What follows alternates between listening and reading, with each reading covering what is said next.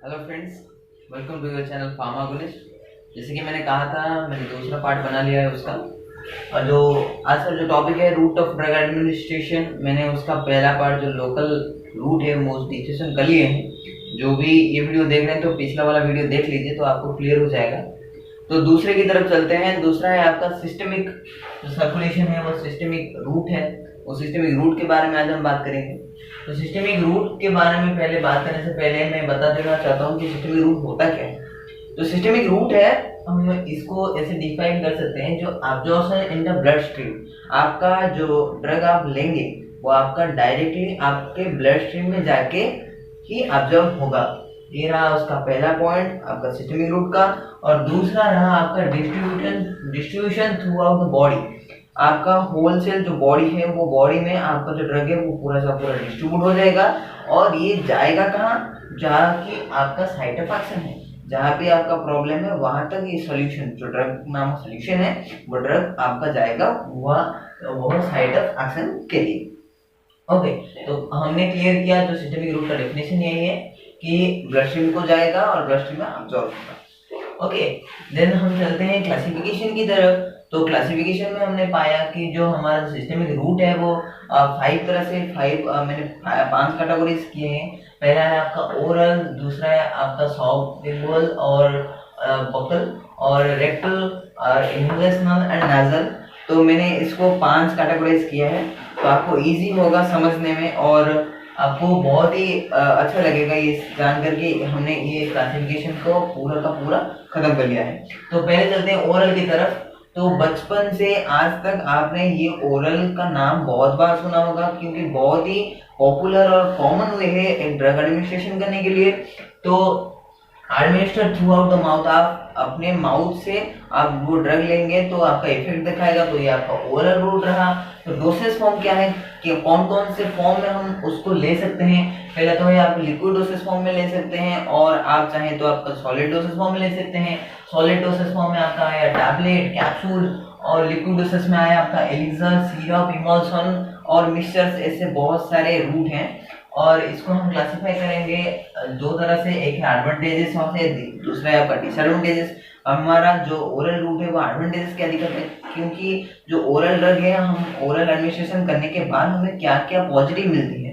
तो positive things यही है कि एक कॉमन रूट है, सेफ है, लो कॉस्ट है, पेनलेस है। तो मैं एक एक बात को समझ लेता हूँ आपको। कह रहा है कि पेनलेस है, आप जब भी एक आईवी का एक इंजेक्शन लेते हैं तो आपको पेन होता है, यहाँ पे ऐसा कुछ नहीं है। दूसरा है आपका लो कॉस्ट, तो क्योंकि उसका प्रिजर्वेशन में और जो कि पैरेंटल प्रिपरेशन में प्रिजर्वेशन की आवश्यकता होती है, यहाँ पे ऐसा कुछ नहीं है। तो ये आपका चीपर कॉस्ट और लो कॉस्ट में मिल सकता है, ये आपका बहुत ही बेनिफिट है। दूसरा है कॉमन वे है, बहुत सारे लोग इसको यूज कर सकते हैं। बहुत सारे लोग आपका पॉपुलर और कॉमन यूज कर सकते हैं, और पॉपुलर है इसलिए क्योंकि ये आपका ज्यादा से ज्यादा लोग इसको इस रूट से लेना पसंद करते हैं एक ड्रग को। तो दूसरा है आपका सेफ है, क्योंकि यहाँ पे टॉक्सिसिटी ऐसा ज्यादा कुछ नहीं होता। तो दूसरे चलते हैं डिसएडवांटेजेस की तरफ। एडवांटेजेस है तो डिसएडवांटेज तो रहेगा ही, कि जैसे ही आपका दूसरा डिसएडवांटेज यही है कि लोअर एब्जॉर्प्शन, क्योंकि ये आपका लीवर बाईपास नहीं करता। ये आपका जैसे रेगुलर बॉडी सिस्टम है, बॉडी सिस्टम में जैसे कि आपके माउथ से लेकर आपका स्मॉल इंटेस्टाइन तक, जैसे कि आपका सिस्टम एक रेगुलर रूट है वो उसको फॉलो करता है, तो आपका जाहिर है कि एब्जॉर्प्शन लेस ही होगा। और दूसरा है आपका ऑन पैलेटेबल, जो कि बच्चों को ज्यादा से ज्यादा पसंद नहीं होता, इसलिए इनको लिक्विड डोसेज फॉर्म की तरफ हमें लिक्विड डोसेज फॉर्म दिया जाता है बच्चों को, क्योंकि पैलेटेबल हो, उनको स्वीट हो और जो ज्यादा से ज्यादा उनको ले सके। और दूसरा है आपका वोमिटिंग पेशेंट, जो कि आपका वोमिटिंग और नाउजिया कराता है बहुत सारे पेशेंट्स को। और हम ये जो ओरल रूट है वो ओरल रूट अप्लाई कर नहीं सकते, जो कि आपका अनकॉन्शियस पेशेंट है, जो कि अनकॉन्शियस है, उनको हम ये ओरल रूट प्रोवाइड नहीं कर सकते। दूसरा रहा आपका सबलिंगुअल और वोकल रूट है। तो सबलिंगुअल का मतलब यही है कि आपका अंडर द टंग आपको उनको लेना होगा, वो टैबलेट हो सकता है, पैलेट हो सकता है। तो ये क्या होगा ना, through out the buckle mucosa आपका डिस्ट्रीब्यूट हो जाएगा। तो इसका एडवांटेज यही है कि आपका पहला ही आपका लीवर बाईपास है। लीवर बाईपास मतलब हायर बायोअवेलेबिलिटी। बायोअवेलेबिलिटी मींस आपका ज्यादा से ज्यादा इफेक्ट शो करेगा आपका जो सबलिंगुअल रूट। तो दूसरा है absorption is rapid, rapid absorption होगा, तो ये उसका दो बेनिफिट है। तो एग्जांपल हम ले सकते हैं सबलिंगुअल का, पहला है जीटीए और दूसरा है आपका डेसामिन ऑक्सीटोसिन। जीटीएन का मतलब ये है कि ग्लिसरॉल ट्राइनाइट्रेट, हम इसको ले सकते हैं इनहेलेशनल की तरफ और पैचेस की तरफ भी यूज कर सकते हैं। तो तीसरे की तरफ चलते हैं, दूसरा है बहुत ही कॉमन वे है रेक्टल, बट यहाँ का डिसएडवांटेजेस एडवांटेजेस से बहुत ज्यादा है।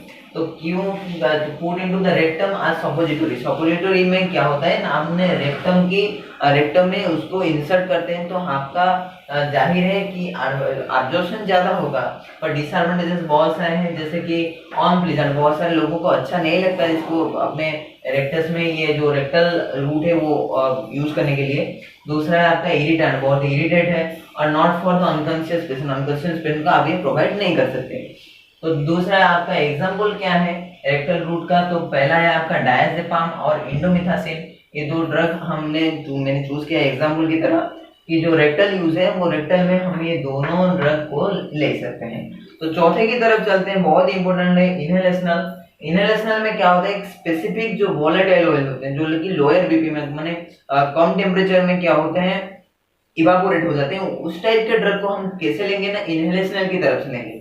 इनहेलेशनल की तरफ हम क्या लेंगे ना, लिक्विड वोलेटाइल और गैसेस जो कि लिक्विड है, गैसेस हैं जो कि वोलेटाइल है। तो यहाँ पे क्या होगा, एक्शन रैपिड होगा, एक्शन रैपिड होगा and absorption from the vast surface of alveoli. आप उसको जब भी इनहेल करेंगे तो ये क्या होगा, आपके अल्वियोली जो कि आपके लंग्स में होते हैं वो हायर सरफेस एरिया के होते हैं, तो ज्यादा जाहिर है ज्यादा सरफेस एरिया मतलब एब्जॉर्प्शन ज्यादा होगा। तो ये रहा उसका बेनिफिट इनहेलेशनल का रूट का।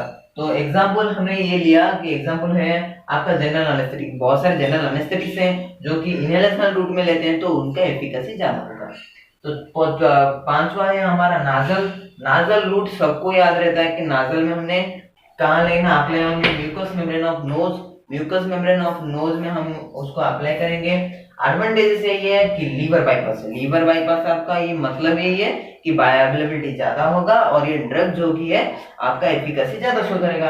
और चौथे की तरफ चलते हैं, अप्लाई एज स्प्रे, स्प्रे की तरफ, जैसे कि मुंह हो बोली नहीं हो, हम उसको यूज कर सकते हैं स्प्रे की तरफ। जैसे कि अस्थमा पेशेंट में आप देखे होंगे वो बहुत सारे नाजल और इनहेलेशनल के तरह यूज करते हैं। तो ये रहा आपका जो सिस्टमिक रूट का पहला भाग मैंने खत्म कर लिया है। तो हमने क्या डिस्कस किया, ओरल, बक्कल, रेक्टल, इनहेलेशनल और नाजल रूट की तरफ गए, और चौथा है पैरेंट्रल में, उसको अलग पार्ट करके डिस्कशन करूंगा कि बहुत ही इंपॉर्टेंट है। तो हमें आज ये पता चला कि जो सिस्टमिक रूट का बारे में हमने ज्यादा से ज्यादा डिस्कशन किया। तो उस वीडियो को लाइक करें, सब्सक्राइब करें, और बहुत ज्यादा समझने के लिए आप इसको नोट बना सकते हैं तो नोट बनाइए और पढ़िए, बहुत ही इंपॉर्टेंट है। Thank you.